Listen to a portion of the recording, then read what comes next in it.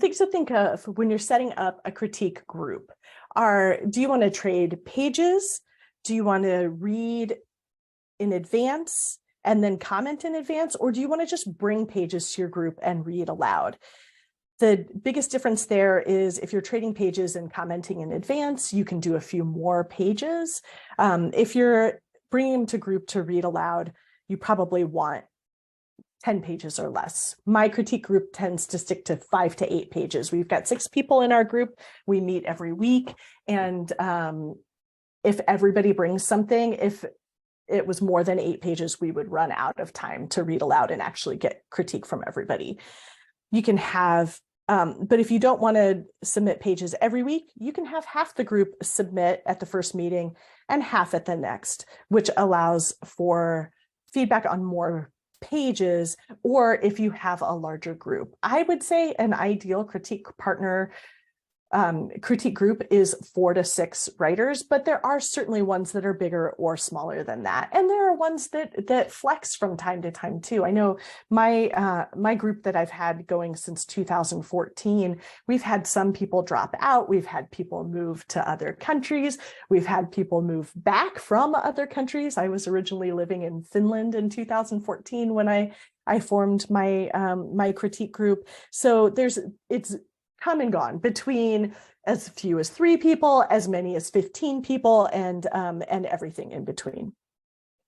Another thing to think about is whether you want to have your group be via Zoom, email only, or in person. And again, time zones and people's schedules and that type of thing will determine what you want to do there. And then you can have people who are providing written feedback or people that are only providing verbal feedback. Some groups, you bring your pages, you read them out loud, you take notes while people give you feedback, and then that's the end of it. Other people do write up detailed feedback. And then, of course, there are special cases. If somebody wants to do brainstorming when they're planning a manuscript, if they have questions about a revision and they aren't sure what to do, or somebody needs a full read through because they finished a revision and aren't sure what to do next. And another thing that I don't want to discount is the importance of emotional support. This writing journey can be tough and it can be lonely. You can get a lot of rejections. You can get a lot of crickets in your inbox where you don't hear back from things that you've sent out into the world, and it can be really daunting. So it's wonderful to also allow for the idea that some days your critique group might get together, somebody might not bring pages, but they might just need a pep talk, and that is okay. Alrighty, so you know what a critique group is, you know you want one. I've told you that the number one thing that I wish all of my clients would do is get critique partners. Okay, so there are some common reasons that I see and hear about, and I wonder if like people have these preconceived ideas of why critique partners fail, but what I see as reasons that they actually fail are a little bit different. People think, oh, well, those people aren't writing at the same level that I am, or they're not writing the same genre or age category, or they're writing something that's a little bit more literary and I'm writing something that's a little bit more genre. We can't be in a critique group. I am here to tell you that those are not actually necessarily the predictors of critique partner success, because what I have found in most of my critique groups, I have people that are writing all different age categories from middle grade and picture book all the way up to adult. I have critique groups where people are writing memoir and nonfiction in addition to fiction. And I have people that are writing from contemporary all the way through all the speculative genres, sci-fi, fantasy. I tend to write fantasy, and that is fine to have that kind of mix, as long as people are familiar with the genre conventions for what you're writing in the age category. So you don't necessarily, if I write middle grade fantasy, I don't necessarily only need to be in a critique group with other people who are writing middle grade fantasy. I just need to be with other people who have read a middle grade fantasy and understand what the genre conventions are so that they can give me feedback. Because good feedback to somebody who writes middle grade fantasy is not, I can't critique this because I don't like books with magic in it, right? A good critique might be, I don't understand how the magic is working here, or that type of thing. So the main reasons that I see that critique groups fail are actually unrealistic expectations. When you're thinking like, I'm going to join this critique group, we're going to click right away, we're going to be trading pages like we've been best friends for 15 years, and this is going to be the thing that's going to help me break out and get an agent next month. I would categorize that as unrealistic expectations, because it takes time to develop these relationships, and it might take more than trading 10 pages one time to know if you're a good fit. Writing style mismatch, even though I think that people can be successful in critique group, even if they're writing different genres, there can be some style differences. If somebody is writing like a detective procedural that's a series, it doesn't have a lot of character growth because it's more of a flat arc. Somebody that is writing really, really character-driven fiction might just not really enjoy or be good at giving feedback to somebody like that. So that's the kind of thing where I encourage you to give everyone a shot, because you might find some ways that you can build a little bit more character-driven aspects to your police procedural, and the person that is writing the more character-driven thing might learn a little bit about suspense and tension from that police procedural writer. So, but there can be times when it's really just not a style match. If somebody doesn't really love, say, violence in a thriller or that kind of thing, like sometimes those style things cannot be gotten over just by being flexible and trying to be open-minded. So there can be a critique style mismatch, and this is what I think is more often a problem than the genre and age category mismatch. And that is really when I'm looking for deep feedback about the big picture issues, character plot, the world building, that kind of thing. And the person that I'm critiquing with is giving me like, oh, you missed a comma here. And I think this sentence would be written better if it was written this way instead of this way. So understanding what kind of critique somebody is looking for, if they've written a first draft, they're probably not looking for line level feedback. They're looking for big picture feedback.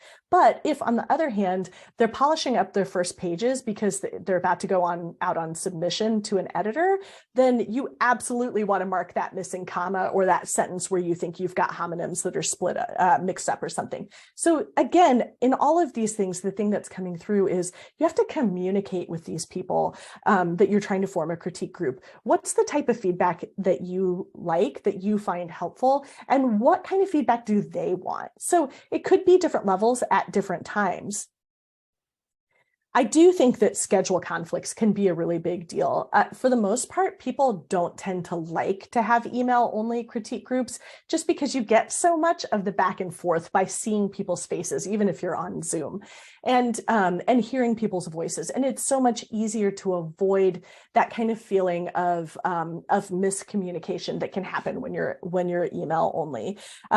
So if somebody's schedule doesn't allow for meeting face-to-face, that can make it really hard to have a critique group. So that's one of the reasons that I often recommend people going into their local community to find someone who's in the same time zone and is showing up for events at the same time you are. It's more likely then that your schedules are going to match up. And it's true, sometimes there are just personality conflicts. The thing is, this is a relationship that you're entering in with these people. And sometimes people just aren't meant to be critique partners, and that's okay too. That's the thing that I want to say is I put the big red failed here because it's dramatic and it draws the eye. But the truth is, critique groups fail all the time. They fold, they start up again, certain people drop out and you add certain other people in, and that's okay. Just admitting when it's not working sometimes is the bravest thing that you can do in certain situations. Okay, so we went through all the bad stuff that can happen, but what are the characteristics of a good critique partner? A good critique partner cares about your success. They're not just there for maximizing what they're going to get from you or from the group. they they're really looking for how to lift each other up as a group. They're learning as much from the critique that they offer to you as the critique that they're receiving from you. Part of the reason that I love being a book coach is because it makes me a better writer every day. I read something, I see what's not working at the line level, and I'm able to take that back and apply it to my own writing. And you can do that in a critique group too. And if you're focused on lifting everyone else up, you're more likely to avoid those unrealistic expectations and disappointments that I was talking about earlier. A good critique partner uses I statements and specific details from the text to identify problem areas, not just, I don't like this, or this isn't working, or this character is vague. Like, if you can tell people, sometimes it's very hard to see this type of stuff in your own work. Again, part of the reason that I learn from critiquing is because it's hard for me to see in my own work if I'm using, say, vague world building details or not being pacey enough with my dialogue. But when I see it in someone else's work, then I can look back at my own work and be like, oh no, I'm doing it too. So another good sign of a good critique partner is someone who is honest, but also who is aware of how it feels to receive critique. It can be really intimidating to go into a group of 4 or 5 new people that you don't know and share your baby. Nobody wants to go there and hear their baby is ugly and awful, right? They want to hear that their baby is wonderful and is going to grow up to be an amazing human, and they just need a little bit more parenting before they get there, right? And the parenting in this case being revision. You also want someone who's drawing connections beyond just the 10 pages that are there, because in time, as you go through the story, you're going to read 10 pages one week and then 10 pages the next week and then 10 pages the other week. You don't want to just like wipe those from your mind every time. You want to start to build connections and see the arc of the story. And that is how you can make sure that you're making yourself a valuable critique partner that people are going to love to work with. You want someone who is aware of the bias and the lived experience that they bring to someone's pages. I, for example, have critique partners who are outside the country, and some things, if they might not be written for an American audience. Like, it wouldn't do any good for me to work with a British critique partner and correct all their spelling to American English unless they're trying to pitch the book here, right? So that's a very like line level example, but can be some really much deeper examples too. If somebody is writing about their culture or religion that differs from yours, their ethnicity, their race, that type of thing, make sure that you're not giving them harmful feedback. And I have a couple of book recommendations at the end of this that can address that. One of the wonderful things about books is that there are the possibilities for stories for and about every kind of person. And you want to make sure that you're not trying to skew somebody else's work toward your own point of view inadvertently by not understanding your biases. I once, when I was first writing, I was on one of those online share your work type of things. And I had a character in one of my short stories where who had a milkman who delivered milk to their porch. And somebody was like, is this historical fiction? Because that doesn't exist anymore. And I literally had a milk box on my front porch living in Colorado. This was maybe 15 or 20 years ago, and had milk delivered. Like, it's a thing. This person was trying to give me good feedback. In the place that they lived in, there was no such thing as the milk delivery man. So they were associating that with a time gone by, but that wasn't true. It wasn't valuable critique because they hadn't considered the possibility that there was a milkman in the place that I was living. Again, it's a minor example. It's not like I was devastated by him not understanding that I had a milkman in my small town in Colorado, but there you can see very easily how people can start saying, that doesn't make sense, take that out. That doesn't make sense, take that out, to things that are really at the heart of the story you're trying to tell. And that can be painful and hard. Nobody wants to experience that in a critique group. You definitely, as a critique partner, want to avoid belittling a genre and age category. a style of writing with generalizations and stereotypes. I see that a lot. One of the first critique groups that I joined in person when I moved to Washington 8 years ago was primarily literary fiction writers writing for an adult audience, which is great. That's what a lot of what I read. And I was happy to join that group. And they said, oh, but we're writing literary. Why are you writing middle grade fantasy? I don't think you fit. And I'm like, wait, I'm writing literary middle grade fantasy.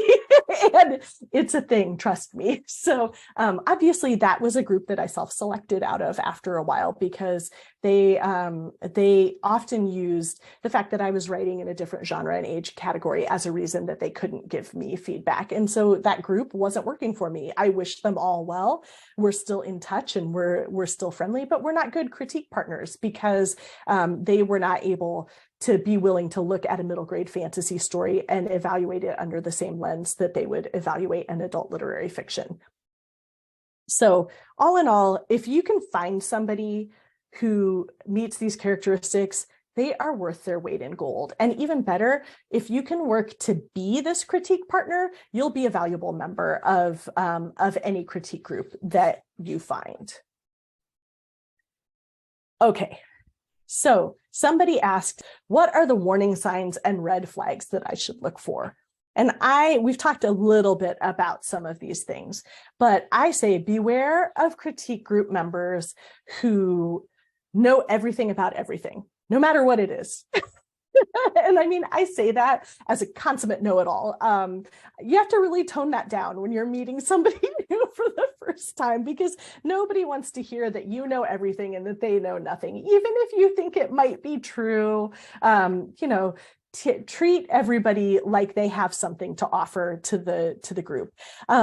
One thing that I've noticed about the know-it-all personality type in a critique group, they're almost always misinformed and citing old information and really rigid rules.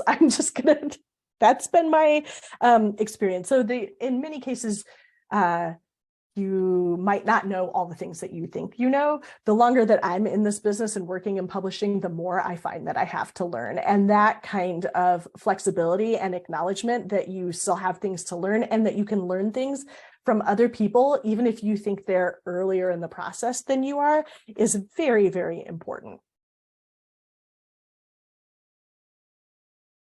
Somebody who doesn't follow the guidelines. I had a situation when I ran round 3 of CP Meet Cute where one of the groups fell apart because one of the writers demanded that they traded full manuscripts right up front. And not only does that not follow the guidelines, but that is a really tough thing to do up front. I don't want to share my full manuscript with someone who I don't know I'm going to be a good critique partner fit with, because I don't want to read a manuscript that's not going to be a good fit for me. And I don't want feedback from somebody who's not going to be a good fit for me. So that's why you start with 10 pages. Think of it to just carry on with the meet cute analogy here.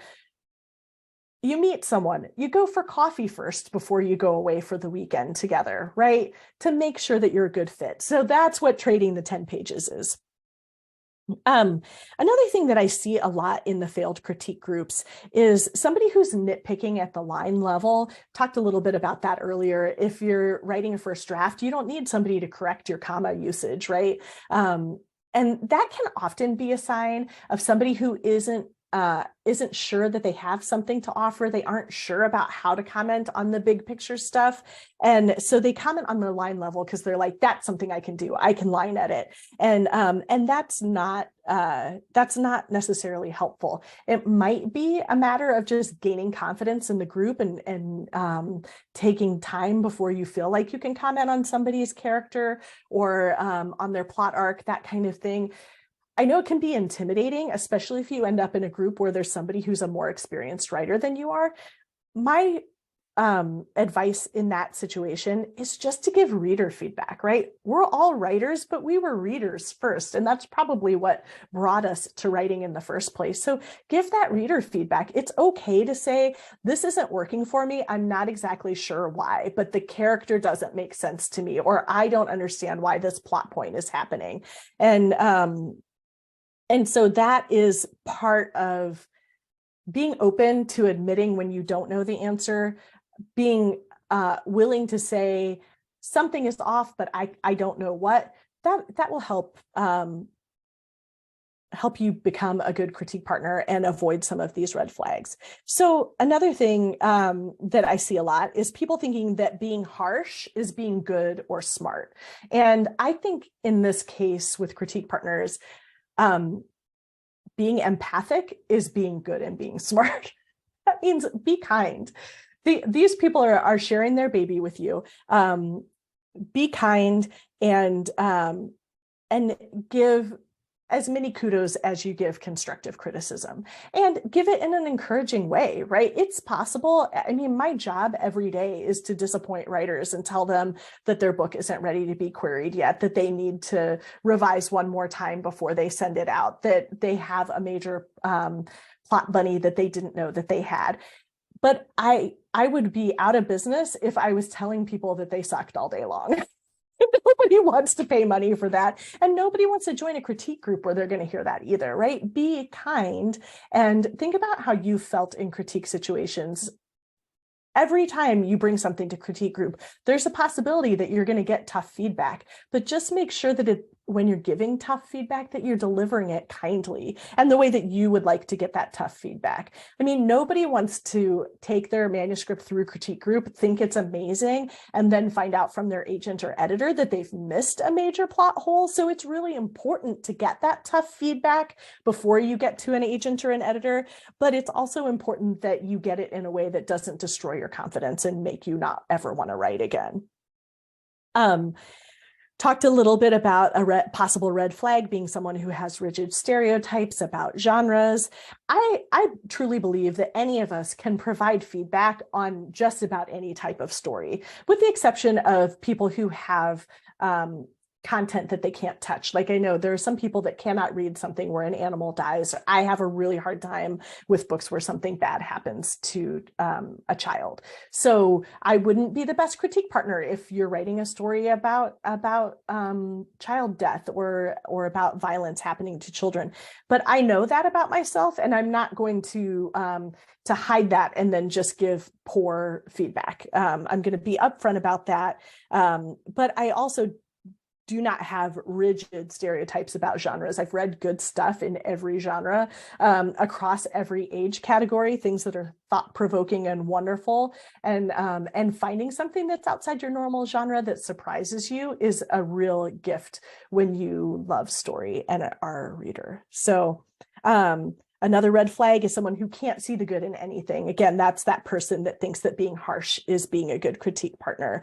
But on the flip side, there can be people who come to group and they just are really craving praise and attention. I mean, we're all like that to some extent, but we have to make sure that we're not dominating the conversation and that we're not only looking for praise and blowing it out of proportion if somebody has some critique.